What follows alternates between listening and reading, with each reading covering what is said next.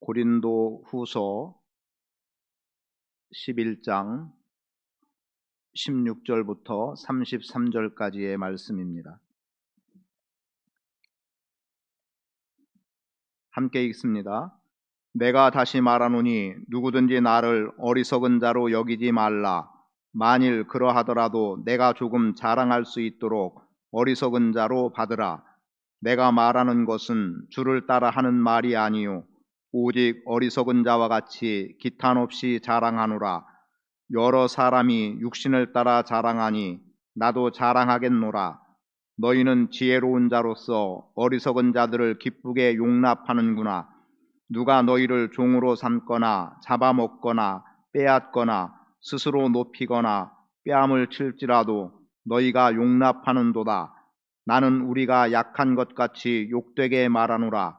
그러나 누가 무슨 일에 담대하면 어리석은 말이나마 나도 담대하리라. 그들이 히브리인이냐 나도 그러하며 그들이 이스라엘인이냐 나도 그러하며 그들이 아브라함의 후손이냐 나도 그러하며 그들이 그리스도의 일꾼이냐 정신없는 말을 하거니와 나는 더욱 그러하도다. 내가 수고를 넘치도록 하고 옥에 갇히기도 더 많이 하고 매도 수없이 맞고 여러 번 죽을 뻔하였으니 유대인들에게 40에서 하나 감한매를 5번 맞았으며 3번 태장으로 맞고 1번 돌로 맞고 3번 파선하고 1주야를 깊은 바다에서 지냈으며 여러 번 여행하면서 강의 위험과 강도의 위험과 동족의 위험과 이방인의 위험과 시내의 위험과 광야의 위험과 바다의 위험과 거짓 형제 중에 위험을 당하고 또 수고하며 애쓰고 여러 번 자지 못하고 줄이며 목마르고 여러 번 굶고 춥고 헐벗었노라. 이 외의 일은 고사하고 아직도 날마다 내 속에 눌리는 일이 있으니 곧 모든 교회를 위하여 염려하는 것이라. 누가 약하면 내가 약하지 아니하며 누가 실족하게 되면 내가 애타지 아니하더냐. 내가 부득불 자랑할진대 내가 약한 것을 자랑하리라. 주 예수의 아버지 영원히 찬송할 하나님이 내가 거짓말 아니하는 것을 아시느니라. 다메섹에서 아레다 왕의 고관이 나를 잡으려고 다메섹 성을 지켰으나 나는 광주리를 타고 들창문으로 성벽을 내려가 그 손에서 벗어났노라. 아멘.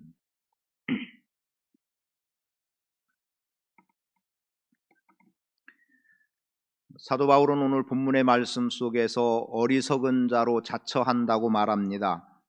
사실 육신을 자랑하는 자 또는 스스로 자랑하는 자는 어리석은 사람인데 바울은 어리석은 자가 아님에도 불구하고 지금만큼은 자신이 어리석은 자가 되어서 자기를 자랑하겠다는 겁니다.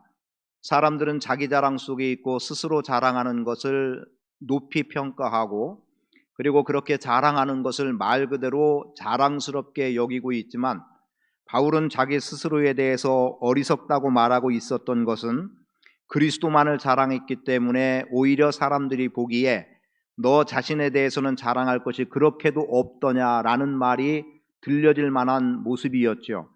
그러니까 그런 관점에서 보면 바울은 매우 어리석은 사람이지만 그러나 바울은 결코 어리석은 자가 아니었습니다. 그런데 오늘 본문 말씀 속에서 바울은 자기 자신의 어리석음을 인정해 달라는 거죠.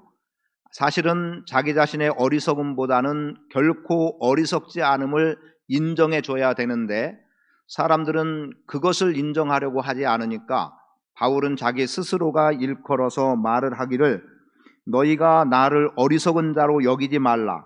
설령 내가 어리석은 자로 너희가 설령 어리석은 자로 여기지 않더라도 내가 조금이나마 자랑할 수 있도록 나를 어리석게 봐달라고 말을 하는 겁니다. 육신을 자랑한다는 거 참 어리석은 짓이죠. 그럼에도 불구하고 바울은 지금만큼은 자신의 육신을 자랑해 보겠다는 거예요.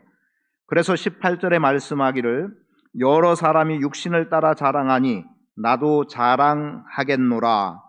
부끄러움을 무릅쓰고 자랑한다고 21절에서 또 말하고 있는데 그가 말하는 바는 이런 거죠.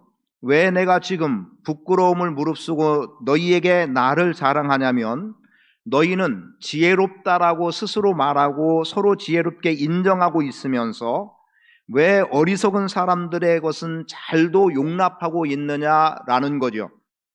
그러니까 고린도 교회 성도들은 지혜롭다 하는 사람들이었어요. 그런데 지혜로운 사람이 결코 지혜롭지 못한 것은 오히려 어리석은 사람들을 자꾸 용납해버린 겁니다. 즉 자기를 자랑하고 스스로를 높이며 자랑하는 자들을 인정해버리는 거예요. 아, 그래, 저 사람 참 대단하다. 그래, 저 사람 정도가 사도라고 불릴 수 있겠지. 그러다 보니까 자연 자기를 드러내고 자랑하지 않았던 바울의 권위는 최소한 고린도 교회에서만큼은 인정되지 못하는 모습을 갖추고 있었던 겁니다. 그래서 바울은 거듭말합니다. 지금만큼이라도 나는 나를 자랑하겠다. 나는 이것이 어리석은 것인 줄 안다. 그럼에도 불구하고 너희가 나의 이 자랑, 즉 나의 어리석음을 용납해 주기를 원한다라는 겁니다. 그런데 지금 고린도 교회가 어리석은 사람들을 잘도 용납했는데 그 어리석은 사람들은 자기를 자랑하면서 고린도 교회들을 어떻게 이끌어 왔냐면 20절에 보니까 너희를 종으로 삼았다는 겁니다. 잡아먹거나 빼앗거나 스스로 높이거나 뺨을 치는 자들이었다는 거예요. 삼켜버렸고 이용해서 빼앗아버렸고 그리고 그들은 스스로 높였고 그리고 백성들의 뺨을 칠 정도로 백성들은 어리석게 여겨버리고 자기를 자랑해버리고 있었어요. 그럼 한번 생각해 보세요. 내가 지혜롭다고 생각하는데 어리석은 자들의 말에 내가 넘어가 버리고 오히려 그들의 꾀하는 소리에 내가 휩쓸려 버리고 그래서 결과적으로는 내가 어리석은 자가 돼버리고 비참한 자가 돼버리고 있는 이 현실, 사실은 우리는 나를 종삼고 나를 잡아먹어버리고 나를 이용해서 빼앗고 스스로 높이면서 내 뺨을 치는 사람들 용납한다? 그럴 수 없는 거예요. 그런데 현실은 그렇게 돼가고 있죠.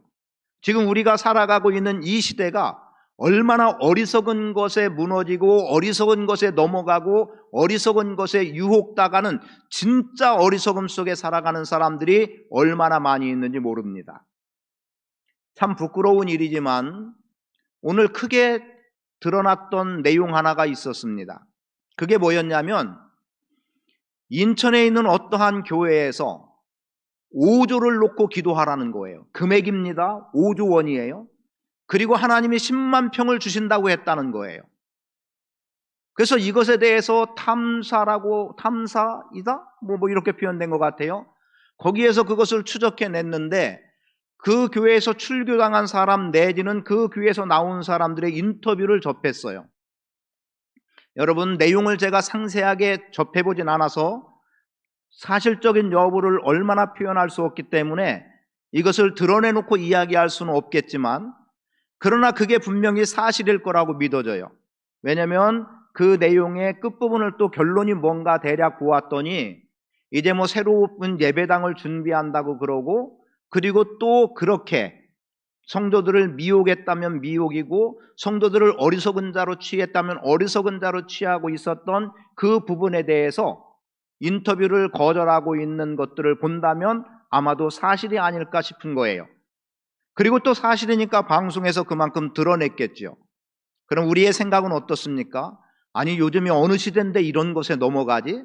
이런 것에 유혹당하지? 라고 우리는 말하지만 사실은 많은 사람들이 잘났다고 말하고 똑똑하다고 말하고 소위 세상 것으로 잘나고 세상 것으로 똑똑하다는 사람들이 그 어리석은 거짓 어리석음에 넘어가는 우리의 현실을 보고 있다는 거죠.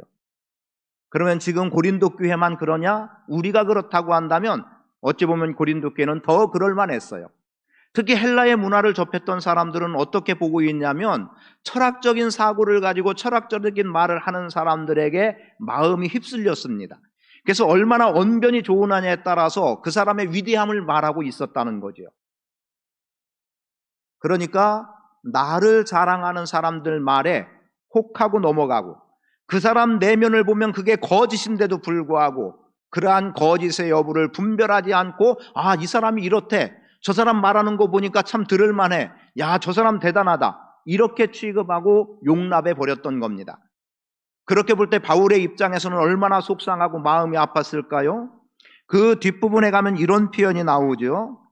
누가 약하면 내가 약하지 아니하며 누가 실족하게 되면 내가 애타지 아니하더냐라고 하는 29절 말씀, 또는 그보다 한 절 더 위로 올라가면 곧 모든 교회를 위하여 염려하는 것이라 라고 말하고 있는 이 내용들을 본다면 지금 고린도 교회가 어리석은 사람들을 잘도 용납하고 있었던 그들을 위해서 너무나도 애가 탔던 거예요.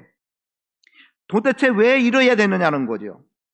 스스로 사도라고 자랑하며 늘어놓는 사람들, 그리고 교회를 착취하는 사람들의 말에 교회가 무너지고 있다라는 겁니다.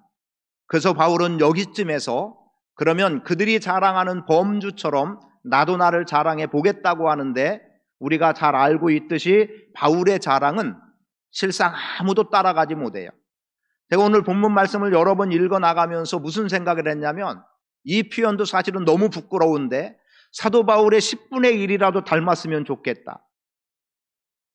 어찌 보면 100분의 1, 1000분의 1에 해당될지도 모르는데, 그래도 저도 또 체면이 있어서 그랬는지 10분의 1만 닮았으면 좋겠다라고 하는 그런 생각을 하면서 말씀을 준비를 했습니다. 사실 제가 어떻게 바울의 10분의 1을 닮아가겠습니까? 어쩌면 100분의 1, 1000분의 1도 닮아가지 못하는 저의 처지 아니겠어요? 그러면 실제로 고린도 교회에서 어리석은 자들을 용납한 그 어리석은 자들은 그들의 자랑이 아무리 크게 여겨지고 아무리 자랑거리라고 늘어놓아도 실상은 바울의 자랑에 비하면 결코 자랑할 만한 것이 되지 못하고 있는데, 그런데 고린도 교회는 안타깝게도 그러한 그들의 말을 쉽게 용납해버렸고 바울의 표현대로 너희가 지혜롭다고 생각하면서 어찌하여 어리석은 자들의 그 자랑을 잘 용납하고 있느냐라는 거죠. 그래서 바울은 이쯤에서 부끄러움을 무릅쓰고 자랑하겠다는 겁니다. 어리석은 사람들을 용납하고 오히려 바울을 어리석게 여기고, 그리고 바울에게 무슨 권세가 있느니 그가 정말 사도니라고 말하는 이들에 대해서 자랑을 하는 거예요. 그러면 바울의 그러한 자랑은 무엇이었을까요? 그것은 23절부터 27절까지 기록된 내용만 보더라도 바울의 자랑은 고린도 교회가 용납하고 있었던 어리석은 사람들의 자랑, 그래서 그들이 진실이고 참인 것 같이 여겨졌던 그들에 대해서 이렇게 말하고 있습니다. 그들이 그리스도의 일꾼이냐 정신없는 말을 하거니와 나는 더욱 그러하도다. 무슨 말입니까? 그들이 그리스도인이라고 하더냐, 그리스도의 일꾼이라고 하더냐, 그들이 아무리 자랑하면서 그리스도의 일꾼이라고 말한다 하더라도 나는 그들보다 더하다라고 하는 것을 바울은 분명하게 이야기하고 있음을 보게 됩니다. 그 앞부분을 좀 볼까요? 이렇게 표현합니다. 22절에 보면 그들이 히브리인이냐 나도 그러하다. 자, 고린도 교회에서 육신을 자랑하고 어리석음을 자랑하는 그 사람들이 어떤 사람이냐를 묻는 거예요.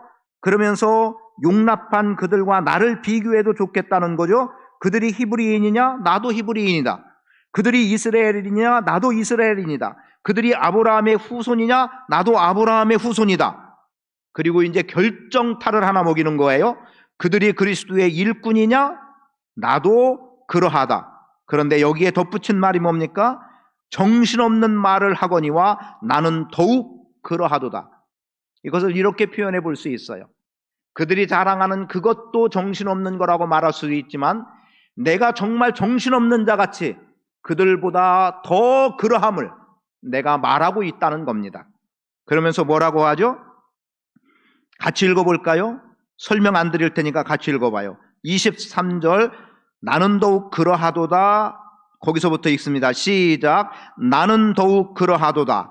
내가 수고를 넘치도록 하고 옥에 갇히기도 더 많이 하고 매도 수없이 맞고 여러 번 죽을 뻔하였으니 유대인들에게 40에서 하나 감한매를 5번 맞았으며 3번 태장으로 맞고 1번 돌로 맞고 3번 파선하고 일주야를 깊은 바다에서 지냈으며 여러 번 여행하면서 강의 위험과 강도의 위험과 동족의 위험과 이방인의 위험과 시내의 위험과 광야의 위험과 바다의 위험과 거짓 형제 중에 위험을 당하고 또 수고하며 애쓰고 여러 번 자지 못하고 줄이며 목마르고 여러 번 굶고 춥고 헐벗었노라.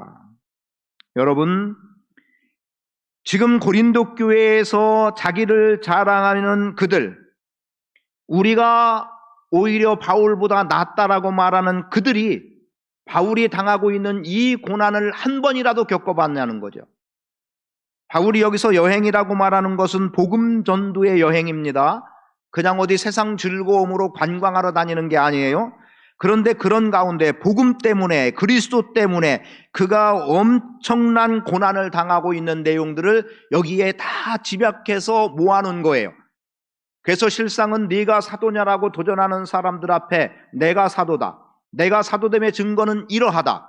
어떠하다는 겁니까? 너희가 겪어보지 못한 이 수많은 고난 나는 겪어왔다. 내가 사도가 아니라면 이러한 고난을 겪을 이유가 없다. 이렇게 말하고 있는 겁니다. 그래서 부득불 바울은 육체를 자랑하는 것이 부끄러운 일임에도 불구하고, 나를 자랑하는 것이 부끄러움임에도 불구하고 그것을 무릅쓰고 어떻게 하고 있는 거예요? 내가 내 스스로에 대해서 그만큼 자랑하고 있는 모습을 드러내고 있는 겁니다.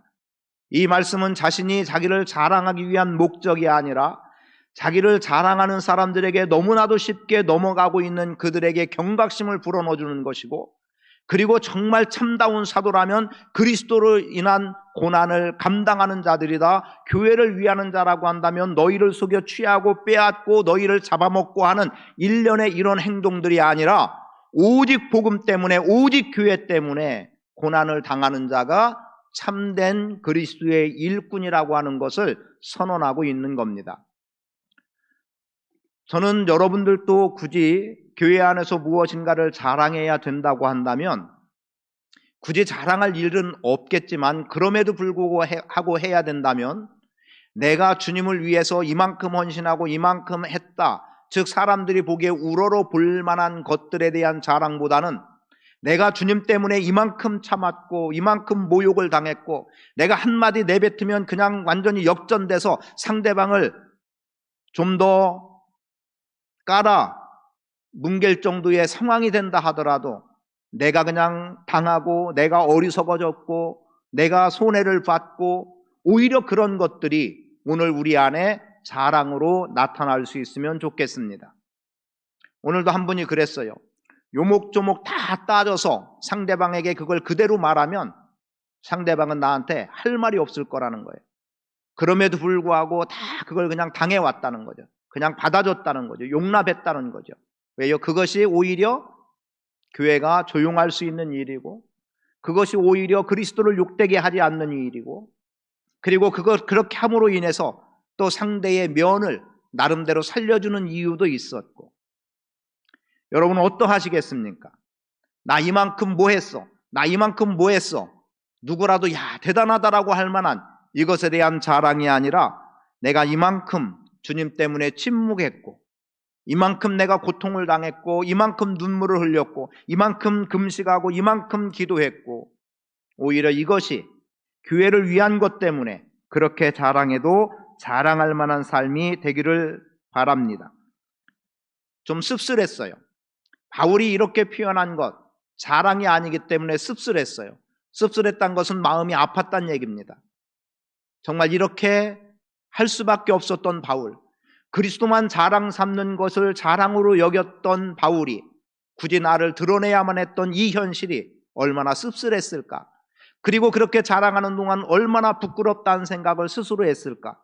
그러나 하지 않을 수 없었던 것은 그것마저도 교회를 위한 것이기 때문에 그래도 그래, 어쩌면 이것이 또 하나의 부끄러움과 수치로 저들 앞에 보여질지 몰라도 내가 이 말을 해서 저들이 더 이상 거짓 것들에 또 어리석은 사람들에게 넘어가지 않기를 바라는 간절함이 바울의 심정 속에 있었다는 사실입니다. 저는 여러분들, 사도 바울이 지금 표현했던 23절부터 27절까지의 내용 같은 이러한 고난이 설령 나에게 있을 수는 없을 것 같아요. 이만큼의 고난은 분명히 없을 것 같아요. 모르죠. 세상이 정말 확 바뀌어서 순교해야 되는 때가 올지도 모르겠습니다. 정말 어딘가 숨어서만 복음을 전해야 될지도 모르겠습니다. 최근에 접했던 현지 사역자를 통해서 들려진 아주 고통스러운 내용 하나. 중국에서 15,000명 정도의 현지 지하교회 지도자, 선교사들이 아닙니다. 현지 지도자들이 다 주민증, 우리 주민등록증과 같은 주민증을 다 폐기하고 지하로 숨어 들어갔다는 겁니다. 그 이유가 뭐냐면 그만큼의 압박이 온 거예요. 소위 중국이 80년대 문화혁명이라고 하는 이 일을 통해서 개방정책이 펼쳐지고 있다가 어찌 됐습니까? 후진타오가 그가 이끌어가는 그 세대에 기독교에 대해서 조금씩 뭔가 조여오는 듯한 느낌이 왔어요. 그러다가 지금 시진핑 정부가 들어와서 어떻게 되고 있어요? 교회가 완전히 말살당할 정도의 상황이 되었습니다. 우리 한국 교회는 어떨까요? 혹시 지금이 후진타오 때 같은 상황은 아닐까 조심스럽게 봅니다. 그러면 다음 정부 때쯤에 아니면 그 다음 정부 때쯤에 지금 혹시 중국의 시진핑 같은 정책이 우리나라에서도 펼쳐진다면 그때 교회의 안전함은 절대 보장할 수 없는 상황이 온다는 거죠. 제가 부족하지만 자꾸 이런 말씀을 드리는 이유는 두려워하고 겁먹으라는 것이 아니라 정신을 차려야 된다는 거예요. 깨어 있어야 된다는 겁니다. 시대를 조금이나마 분별할 수 있어야 된다는 겁니다. 여러분, 시대를 분별하는 눈 가운데 하나는 과거 역사를 돌아보면 지금 어떠함을 읽을 수 있는 안목도 필요한 것이고, 국제의 정세를 봐가면서 조금이라도 우리나라가 가야 되는 길이 무엇인가를 볼 수 있어야 된다는 거죠. 물론 저는 까막눈 정도의 수준밖에 되지 않아요. 그러나 실제로 오늘 우리 주변에서 일어나고 있는 이 상황은 지금 중국 상황과 빗대어 간다면 10년 안에 우리도 중국의 현 시점과 같은 현 세태와 같은 일이 우리 안에 없으리란 법이 없다는 거죠. 그것이 아주 밀접하게 온 것 가운데 하나는 보편적 차별금지법이 지금 교회를 그렇게 올가매는 하나의 수단이 되어져 버렸고, 현재 코로나19가 이미 많은 교회들로 하여금 그런 위치에 놓여지게 만들어버리고 말았습니다. 교회 안에서 확진자가 나왔다는 것 분명히 문제이죠. 그저 문제가 아닐 수 없어요. 왜요?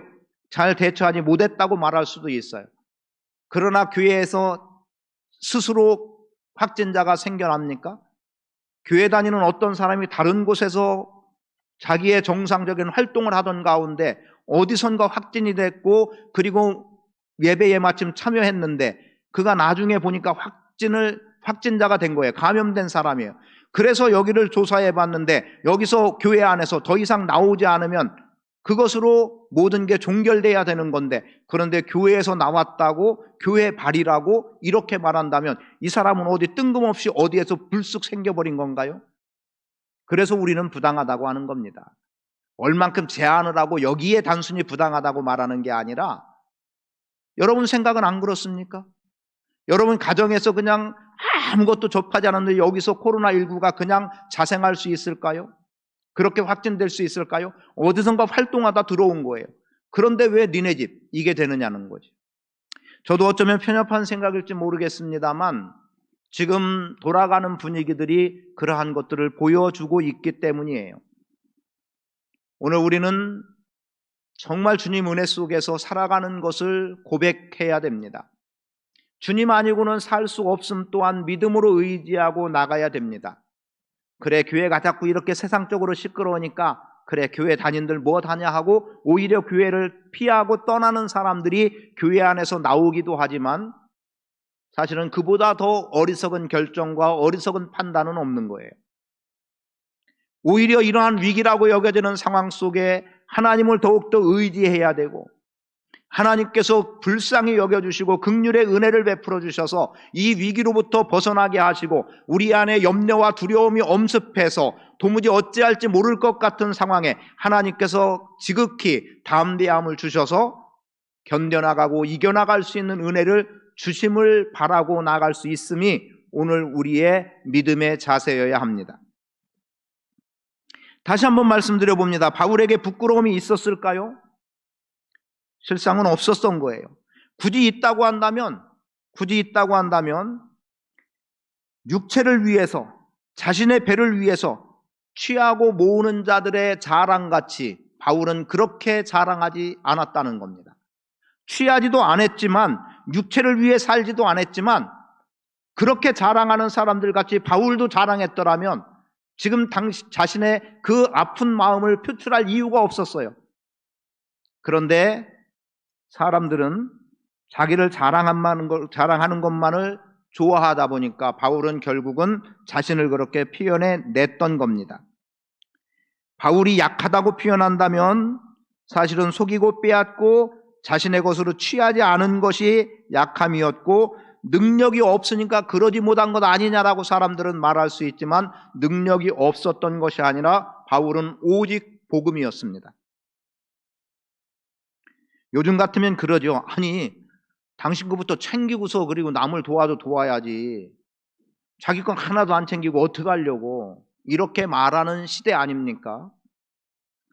오죽하면 저에 대해서 어떤 사람들이 지금도 여전히 묻는 사람들이 있어요. 노후는 어떻게 준비하고 있느냐는 거예요. 그런 소리를 참 많이 들었습니다. 노후는 어떻게 준비하는? 글쎄요, 아직은 대책 없어요. 좀 이게 부끄러우면 부끄럽지만 아직 저는 노후라는 것에 대해서 그렇게 심각하게 생각해 본 적도 없고 그렇게 생각을 안 해봤어요. 너무 단순한가요? 정말 미련하다면 미련한 정도일지 모르겠어요. 없으면서 손을 편다는 것 쉬운 일 아니지만 없으면서 손을 펴면 하나님이 또 다른 방법으로 채워주고 공급해 주는 것들을 참 많이 경험하기 때문에 그래서 없는 중에도 손을 펴는 일을 합니다. 그리고 어떤 땐 그러죠. 하나님 이런 마음을 주시질 말든지 그러면은 이런 마음을 주셨으면 그렇게 행할 수 있도록 해달라고. 그래서 저는 조심스럽지만 담대하게 말할 수 있는 것은 사실은 목사가 부유해야 된다는 말을 여러 번 드렸어요. 지금도 그 마음엔 변함이 없습니다. 거기는 내가 부유하다고 해서 지금의 이상으로 더 부유하게 살겠다는 욕심 때문이 아니라 내게 조금이라도 더 부유함이 있다면 기꺼이 나눈다는 것에 대한 겁니다. 나누고 살리고 세우는 데 쓰기 때문에 그래서 지금도 조심스럽지만 담대하게 말할 수 있는 거예요. 모르죠. 또 어느 한순간 저도 또 확 제가 마음이 변하거나 또 이상해져 가지고 내 것 하고 챙기는 때가 올지 모르지만 아마도 치매가 걸리질 않는 한 그런 일은 없을 것 같아요. 저한테는. 가족들한테는 미안하죠. 사실은 굉장히 미안한 부분이 있습니다. 그러나 어쩌면 어리석게도 그렇게 왔어요. 그런데 그렇다고 해서 한 번도 없어서 굶게 한 적은 없는 것 같아요. 이런 경험은 있었죠. 이제 점심때면 굶어야 되는데 그 점심때가 되기 전에 공급해주는 은혜를 경험한 적은 있어요. 그러니까 한 끼만 늦게 했어도 없어서 굶을 뻔한 적은 있었지만 한 번도 굶어본 적은 없어요. 오히려 먹기 싫어서 굶어본 적은 있죠. 그러니까 하나님은 넉넉하신 분이에요. 공급하시는 분이에요. 오늘도 제가 점심 저녁을 떡으로 다 두 끼를 해결했는데요. 그러다가 나중에 김밥을 하나 또 이렇게 청년이 갖다 줘서 먹었는데 때가 되기 전에 먹을 것을 공급해 주셔서 여러분, 내가 약할 때도 그리스도의 능력이면 된다는 믿음을 갖기를 원합니다. 그래서 30절을 보겠어요. 내가 부득불 자랑할진대 내가 약한 것을 자랑하리라. 여러분, 참된 자랑은 약한 것을 자랑하는 겁니다. 이것을 앞에 23절부터 27절까지로 말하면 고난을 자랑하는 것이 참된 자랑이고요, 약한 것을 자랑하는 것이 참된 자랑입니다. 대개 강한 것 자랑하죠. 약한 거 자랑하는 사람 얼마나 있나요? 그 약한 것은 이미 23절에서 27절까지를 또 보기도 했어요. 그 많은 고난 왜 당했을까요? 약하니까 당한 건 맞아요.